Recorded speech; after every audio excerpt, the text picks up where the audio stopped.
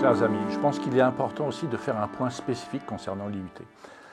L'objectif de notre projet n'est pas de fragiliser l'IUT, bien au contraire. On sait que l'IUT est un outil qui marche bien, et il faut s'en inspirer sur un certain nombre de sujets parce que justement c'est un modèle qui est intéressant quand on regarde un petit peu ce qu'il est de l'autonomie politique et de la proximité des services, comment est-ce que les services interagissent avec les différents acteurs de l'IUT, que le personnel ait un très fort sentiment d'appartenance à l'IUT et qui est fier d'être dans cette IUT parce que justement l'IUT est performant et montre qu'il est parfois mieux que l'université dans certains domaines.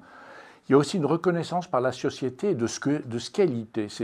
C'est une structure qui est reconnue, pour laquelle on sait qu'il y a une valeur ajoutée. Et donc tout ceci est important et est un atout pour l'université Claude Bernard Lyon 1. Donc, hors de question de fragiliser l'IUT, au contraire, on voudrait le renforcer. Parmi les craintes légitimes de l'IUT, il y a celle apportée par la LRU, qui a transféré leurs moyens fléchés vers le budget de l'université.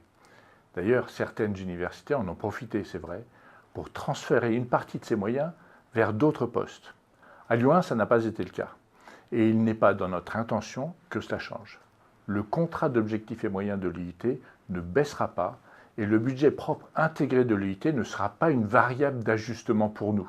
L'IUT a un sous-encadrement pédagogique important avec uniquement 50% de ses besoins couverts par des permanents dans un contexte où les personnels sont déjà épuisés par la transformation du DUT en BUT. Le problème n'est pas nouveau. Et nous n'allons pas créer massivement des postes. Par ailleurs, les activités de l'IUT génèrent d'importantes ressources propres. Et moi, je crois qu'il faut au maximum étudier la possibilité de transformer une partie de ces ressources en bras pour l'IUT, mais ceci sans générer de situation de précarité. C'est un sujet national et on devra s'inspirer des mécanismes qui existent dans d'autres universités et peut-être, pourquoi pas, faire preuve de courage pour aller créer des postes statutaires au sein de l'IUT. Pour cela, bien évidemment, il faut prendre soin des enseignants. Et dans l'IUT, il y a des enseignants du secondaire, les ESAS, qui jouent un rôle clé, qui jouent un rôle important. Il faut qu'on apporte une reconnaissance de leur rapport à ce fonctionnement de l'IUT et il faut qu'on les considère finalement comme des enseignants-chercheurs, qu'on prenne en compte leur mission pédagogique, et qu'on voit quelle est leur charge d'enseignement, et éventuellement qu'on puisse aligner les différents dispositifs de primes, notamment qui existent, avec celles qu'il y a pour les enseignants-chercheurs. Ça, c'est quelque chose qui est dans les mains d'une certaine façon de l'IUT, et je pense qu'on doit pouvoir accompagner à la fois donc non seulement ce développement de primes, et de voir comment est-ce qu'on peut le faire dans le cadre légal, bien évidemment, mais aussi de les accompagner dans les évolutions de carrière.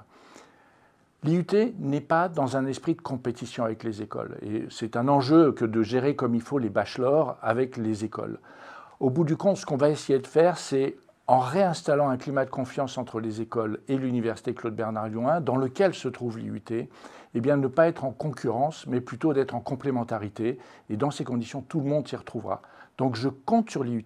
L'IUT est un atout important de l'université qui peut même être dans un certain nombre de cas un modèle. Et donc, il est indispensable qu'il reste fort au sein de notre structure.